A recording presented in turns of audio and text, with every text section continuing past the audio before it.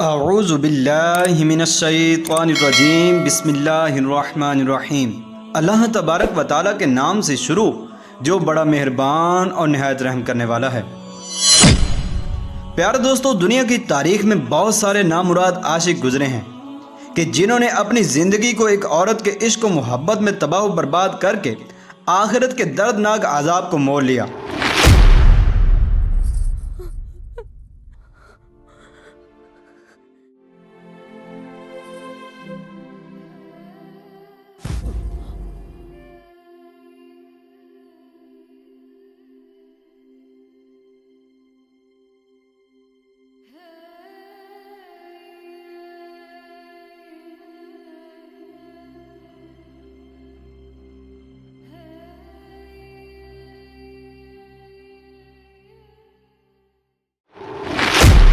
اور جن کے ناپاک عشق و محبت کی داستانیں آج بھی لوگوں کی زبانوں پر جاری ہیں،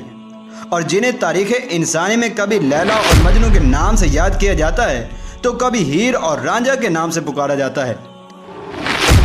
اور کبھی یہ نفسانی اور شیطانی عشق شیری فرحاں کی بدصورت شکل میں ظاہر ہوا تو کبھی سونی اور مہیوال کی صورت میں اس نے لوگوں کی زندگی کو نگلا۔ ناظرین محترم، عاشقوں کی اس طویل لسٹ کے اندر عرب کے عاشق اصاف اور نائلہ کا نام بھی آتا ہے۔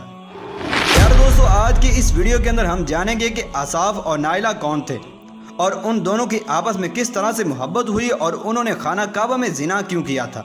اور عربوں نے ان دونوں بتوں کی عبادت اور پوجا کیوں اور کس طرح سے شروع کی۔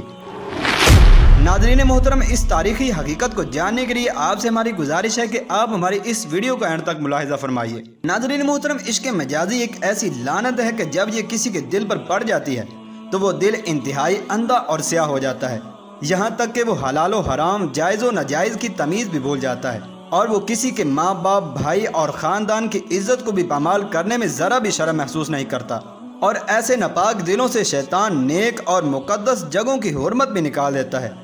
اور ان کی ناپاک محبت کو پاک محبت کا نام دے کر ہمیشہ کی ابدی موت مارنے کی پوری کوشش کرتا ہے۔ ناظرین محترم، قبیلہ جرہم وہ قبیلہ ہے کہ جس نے سب سے پہلے مکہ مکرمہ پر حملہ کیا اور زبردستی اس پر قابض ہوئے تھے، اور قبیلہ جرہم کے سردار عمر بن لہی نے دین ابراہیم کو سب سے پہلے بدلا تھا اور بت پرستی کا آغاز کیا تھا، اور اہل عرب کو طرح طرح کی خرافات کے اندر مبتلا کیا۔ ناظرین محترم، یہ بات بھی یاد رکھیں کہ اصاف و نائلہ کا تعلق بھی اسی قبیلہ جرہم کے ساتھ تھا۔ اصاف بنی جرہم کے سرداروں میں سے ایک سردار کا بیٹا تھا جو کہ انتہائی حسین و جمیل تھا، جبکہ نائلہ اپنے دور کی انتہائی خوبصورت اور حسین و جمیل لڑکی تھی۔ جب یہ اپنے حسن کا جلوہ دکھانے کے لیے نیم برہنہ لباس پہن کر نکلتی تو قبیلے کے اوباش نوجوان اس کے حسن و جمال پر فریفتہ ہوتے، اور ہر ایک اس سے اپنا تعلق پیدا کرنے کی کوشش کرتا، اور ہر ایک شخص اس کو اپنے عشق کے اندر مبتلا کرنے کی کوشش کرتا۔ لیکن نائلہ نے جب اپنے قبیلے کے سردار کے بیٹے اصاف کو دیکھا تو اس کے عشق کے اندر مبتلا ہو گئی، اور دونوں کی محبت اس قدر بڑی کہ آپس میں ملاقاتوں سے آگے بڑھ کر ایک دوسرے کے ساتھ زنا کرنے لگے۔ جب یہ دونوں کی باتیں زبانیں زد عام ہوئیں تو دونوں نے آپس میں شادی کا فیصلہ کیا، لیکن دونوں کے گھر والے اس بات کے خلاف ہو گئے اور انہوں نے دونوں کی ملاقات پر پابندی لگا دی۔ پیارے دوستو، یہ وہ وقت تھا کہ جب قبیلہ جرہم کو مکہ مکرمہ سے شکست خوردہ کر کے نکالا جا چکا تھا، اور وہ لوگ یمن کے اندر رہائش پذیر تھے، لیکن وہ حج کے موقع پر حج کرنے مکہ مکرمہ آیا کرتے تھے۔ ایک دفعہ اصاف و نائلہ بھی اپنے اپنے گھر والوں کے ساتھ حج کرنے کے لیے مکہ مکرمہ آئے۔ اسی دوران ان کو تنہائی میسر ہو گئی، لہذا دونوں نے اس موقع سے فائدہ اٹھانے کا سوچا، کیونکہ اتنے دن کی دوری ان سے برداشت نہ ہو سکی۔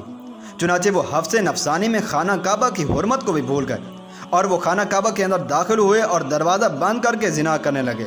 چنانچہ جب وہ برہنہ حالت میں زنا کے اندر مصروف تھے تو اللہ تبارک و تعالیٰ کا ان پر عذاب نازل ہوا، اور اللہ تبارک و تعالیٰ نے ان دونوں کو برہنہ حالت میں پتھر کا بنا دیا۔ جب قبیلے کے لوگ وہاں پر پہنچے اور انہوں نے کعبہ کا دروازہ کھولا تو وہ سمجھ گئے کہ یہ دونوں کس حرکت کے اندر مصروف تھے، اور اللہ تبارک و تعالیٰ نے ان پر اپنا عذاب نازل کیا ہے۔ چنانچہ ان لوگوں نے ان دونوں کی مورتیوں کو خانہ کعبہ سے اٹھایا اور باہر لا کر رکھ دیا، تاکہ ہر خانہ کعبہ میں آنے والا لوگ ان کے دردناک انجام سے عبرت حاصل کرے۔ ناظرین محترم، لیکن ان کے اس عمل کا نتیجہ کچھ اور ہی نکلا۔ مکہ کے لوگوں نے اصحاب کے بت کو اٹھا کر صفا کے مقام پر رکھ دیا، جبکہ نائلہ کے بت کو مروہ کے مقام پر لے گئے اور ان کو ان کے انجام کی یہ سزا مقرر کی گئی کہ جو بھی شخص صفا مروہ پر جائے گا ان دونوں کے بتوں پر ایک جوتا رسید کرے گا۔ کچھ نسلوں تک تو یہ عمل جاری رہا، پھر لوگوں نے انہیں تھپڑ رسید کرنے شروع کر دیے اور کچھ نسلوں کے بعد لوگوں نے ان کو ہاتھ لگانا شروع کر دیا، لیکن لوگوں نے ان سے عبرت حاصل کرنا کم اور ان کی پوجا زیادہ کرنا شروع کر دی، حتیٰ کہ نبی اکرم صلی اللہ تعالی علیہ وآلہ وسلم کے دور میں یہ بت بڑے بتوں میں شمار کیے جاتے تھے،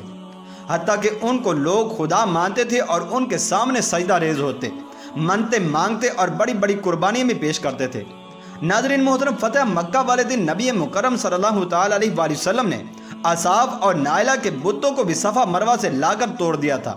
حضرت امام شعبی رحمۃ اللہ تعالی علیہ فرماتے ہیں کیونکہ یہ دونوں بت صفا اور مروہ پر تھے تو اس لیے مسلمان ان دونوں کے درمیان صحیح کو برا محسوس کرتے تھے،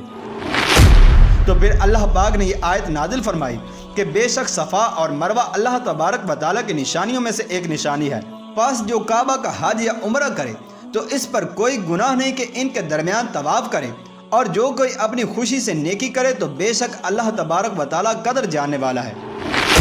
ناظرین محترم، لہٰذا آج بھی جو مسلمان حج یا عمرہ کی سعادت حاصل کرتا ہے تو وہ صفا اور مروہ کے درمیان 7 چکر ضرور لگاتا ہے جو کہ مناسک حج کے اندر شامل ہیں، اور صفا اور مروہ یہ وہی مقدس مقام ہے کہ جہاں پر حضرت اسماعیل علیہ السلام کی پیاس کی شدت کی وجہ سے حضرت حاجرہ علیہ السلام نے اس پہاڑی پر 7 چکر لگائے تھے، جن کو اللہ تبارک و تعالیٰ نے اپنے شاعر کے اندر شمار کیا ہے اور آج تک ان کو زندہ رکھا ہوا ہے۔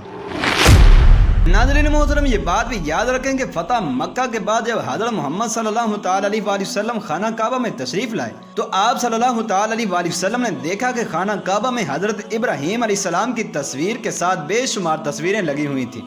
تو حضرت محمد صلی اللہ تعالی علیہ وآلہ وسلم نے فرمایا کہ خانہ کعبہ میں جتنی بھی تصویریں ہیں سبھی کو اتار دیا جائے، اور حضرت محمد صلی اللہ تعالی علیہ وآلہ وسلم کے حکم پر سب تصویریں اتار دی گئیں۔ اس کے بعد آپ صلی اللہ تعالی علیہ وآلہ وسلم نے مولا علی شیر خدا رضی اللہ تعالی عنہ کے ساتھ مل کر خانہ کعبہ کے اندر جتنے بھی بت تھے سب توڑ دیے،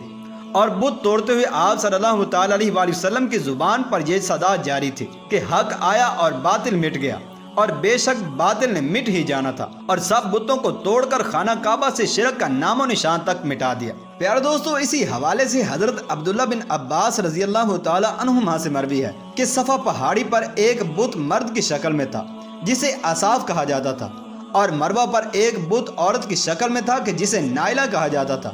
اور یہ کہا جاتا ہے کہ ان دونوں نے داخل کعبہ زنا کیا تھا، جس کی وجہ سے اللہ تبارک و تعالیٰ نے ان کو پتھر کا بنا دیا، اور پھر انہیں صفا مروہ پہاڑی پر بطور عبرت کے رکھ دیا گیا تھا۔ پھر جب زمانے نے طول پکڑا تو ان دونوں کی عبادت کی جانے لگی، اور اہل جہالیت جب صفا اور مروہ کے درمیان صحیح کرتے تو ان کو چھوتے تھے، اور پھر جب اسلام کی آمد ہوئی اور بتوں کو پاش کر دیا گیا تو مسلمانوں نے صفا اور مروہ کے درمیان صحیح کو ان دو بتوں کی وجہ سے ناپسند جانا، جبکہ حضرت عائشہ رضی اللہ تعالی عنہا سے روایت ہے، آپ فرماتی ہیں کہ ہم لوگوں نے یہ سن رکھا تھا کہ اصحاب اور نائلہ جو کہ قبیلہ جرم کے مرد و زن تھے اور انہوں نے کعبے میں زنا کیا تھا، جس کی وجہ سے انہیں پتھر کا بنا دیا گیا۔ پیارے دوستو، ان تمام تر روایات سے یہ بات پتہ چلتی ہے کہ زنا ایک ایسا گناہ ہے کہ جب کسی انسان کے اندر اتر جاتا ہے تو انسان مقدس جگہوں کی حرمت کو بھی بھول جاتا ہے۔ اللہ تبارک و تعالیٰ سے دعا ہے کہ اللہ تبارک و تعالیٰ ہمیں عشق مجازی اور زنا جیسی لعنت سے ہمیشہ ہمیشہ کے لیے اور ہماری آنے والی نسلوں کو بھی محفوظ رکھے۔